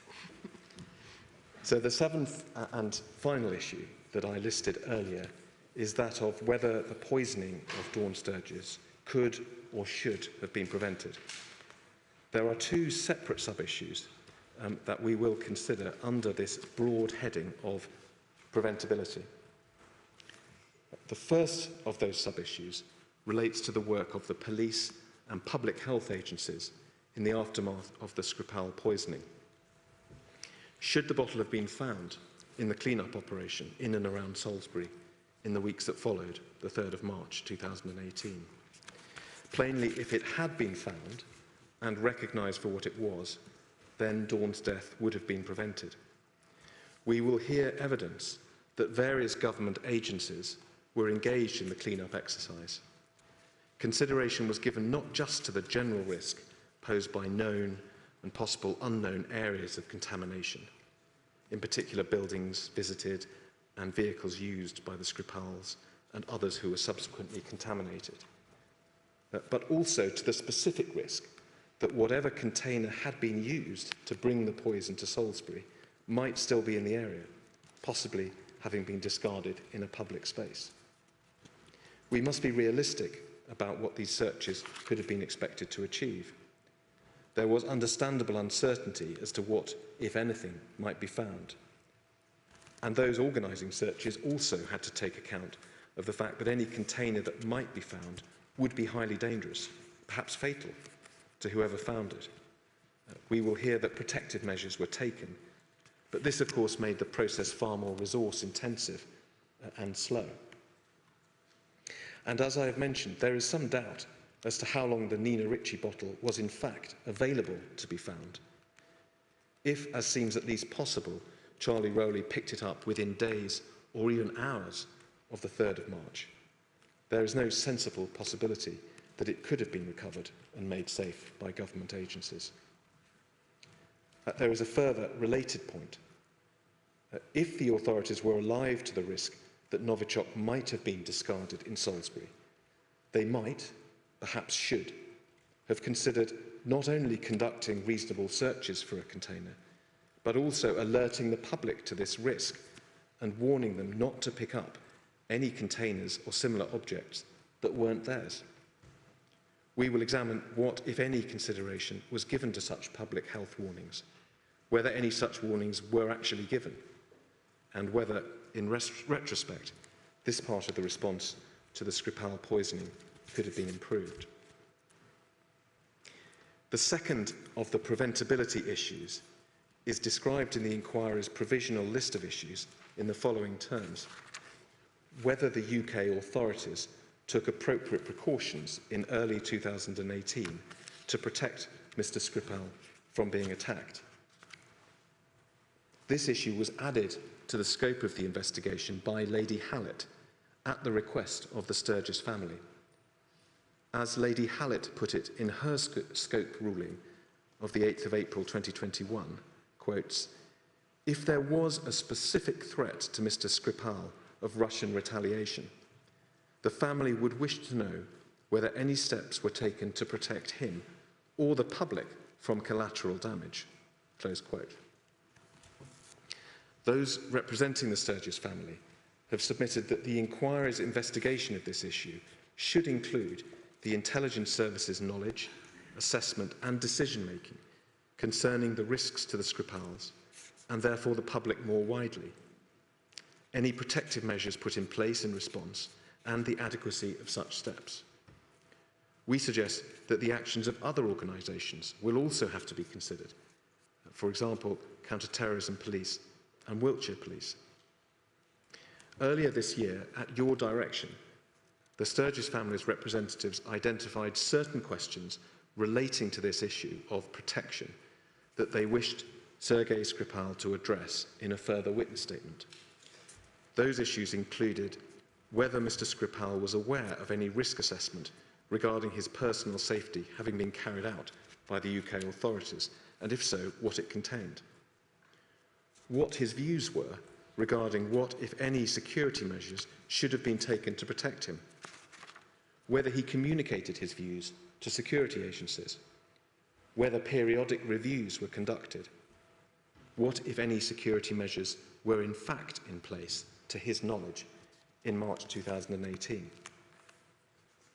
Mr. Skripal has now provided a statement in response.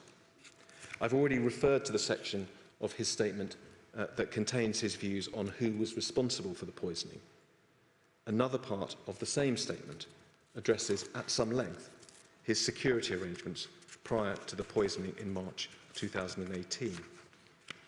I will read out the relevant passages. Thank you. So we've gone to INQ 006086, it's page 7.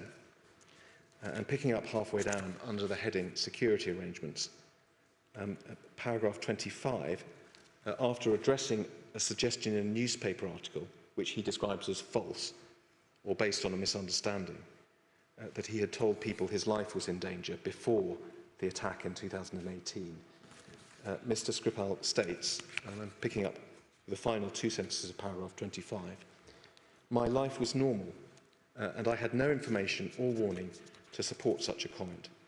I was aware of nothing special or different around that time. I do not know specifically which organisations were responsible for my security in Great Britain. I believe the authorities had put some precautions in place, but I'm not aware of all the details. I've been asked whether there were security measures that could and should have been considered in my case. My comments on the list of suggestions presented to me are as follows. A. I do not remember concretely what was covered in discussions about my personal security arrangements, but I believe I was offered protection, including changing my name. It was never suggested that this was a necessary option, and I decided against it. I had received a presidential pardon from the Russian state and wanted to lead as normal a life as possible, including maintaining my personal and family relationships. I did not think, and it was not suggested, that I needed to live in a gated community or a block of flats. Christie Miller Road was a quiet street built for police officers. Several neighbours were ex-police. Residents knew and kept an eye out for each other. I felt quite safe there. I'm not sure what is meant by secure communications networks with regular password changes. I use ordinary commercial devices and software, and this seemed reasonable to me. I did not have a house security alarm or sensor-activated security lights, and I do not remember either of these being raised with me. CCTV was recommended, but I declined this because I did not want to make my house conspicuous or live under surveillance. I did not keep my address secret, and when I visited London and stayed overnight, I registered at a hotel under my own name. I remember a policeman visited me and gave me his number in case I ever needed a point of contact. I do not know what the local police and emergency services, more generally, were told about my situation. I do not have any insight into scrutiny of visa applications or red flag alerts at UK border controls. I may not be aware of all the security measures that were in place, and I'm not a security expert. When I received advice about my security, I generally followed it. I do not believe I was shown or made aware of the contents of any risk assessment carried out by the authorities, either at the time I came to Great Britain or later. I don't recall being involved in discussions about a risk assessment specifically, or being aware of any formal periodic reviews. I don't recall proposing any additional security measures.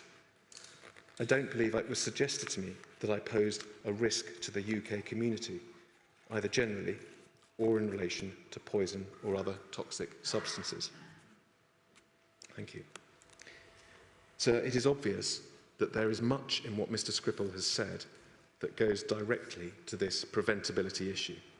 That is, whether UK authorities took appropriate precautions in early 2018, both to protect Mr. Skripal from being attacked and also to protect the public from the collateral damage of any such attack. Equally obviously, Mr. Skripal's statement raises further questions that demand an answer. To give just a few, which UK organisation or organisations bore responsibility for his safety? Were risk assessments in fact conducted? If so, were they conducted with sufficient thoroughness and regularity? And what measures did they recommend? Were security measures that were considered necessary put in place? And was it appropriate in all the circumstances to allow Mr. Skripal, as appears to have been the case, to decline certain security measures? These are just a few examples. I'm sure that Mr. Mansfield will raise other equally pertinent questions with you. However, at this stage of the analysis, it is necessary to confront an important procedural question, which is whether it's possible to explore these issues in these open hearings, or whether they can only properly be explored in closed. So we well understand the family's desire to explore these factual matters with witnesses during these open sessions. We will, of course, listen to what Mr. Mansfield has to say later today on this matter, and we will keep an open mind as to how and the extent to which this might be achieved. But our current view is that detailed exploration of these matters must of necessity take place in closed session for the following reasons. In order to engage with the question of what risk Mr. Skripal may or may not have been under, and therefore what precautions should have been taken, it is necessary first to establish his risk profile. Even if he was not a British agent, the fact that he was a former senior GRU officer living in the UK arguably placed him at some risk. Mr. Skripal recognised this himself in the course of his police interviews in 2018, where he said, "I am a very important man of special services. Still now I know a lot of Russian secrets, top secrets. They are really dangerous for Russian special services." But the risk that he faced would obviously have been higher, with an inevitable consequence on the type of protective measures that would have been required if Mr. Skripal was not only a former GRU officer, but also a GRU officer who had assisted British intelligence. In particular, it may be thought, if, as has been suggested, he carried on doing so after his arrival in the UK. These factual matters are essential building blocks towards understanding Mr. Skripal's risk profile, which, as I've said, has to be established before it's possible to get into questions of whether he was provided with sufficient protection. But the effect of your ruling on NCND, to which I've already referred, is that these factual matters must be addressed only in closed session. That, sir, is our understanding of the difficulty in grappling with detailed factual issues regarding Mr. Skripal's protection in these open sessions. You will no doubt wish to reflect further, having heard from Mr. Mansfield.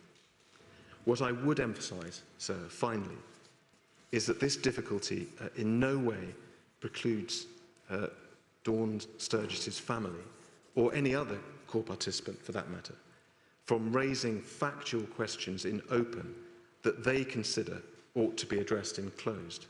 Indeed, we would welcome that, since it will assist us to fulfil what we know to be the Sturgess family's desire, that these issues of protection and preventability are fully explored through a combination of the open and closed hearings that you will hold. So that concludes the introduction to the key factual issues that we will explore in evidence over the coming weeks. There are a few procedural matters that I wish to cover, but in particular in light of the indication you gave a few minutes ago, may I suggest that this would be a good moment to pause for lunch? Yes, well, first of all, we will break now. We'll break until 2:15, please. But it's important that we take all these opening statements this afternoon, so you should all be prepared for us not finishing early this afternoon. All right, 2:15, please, promptly.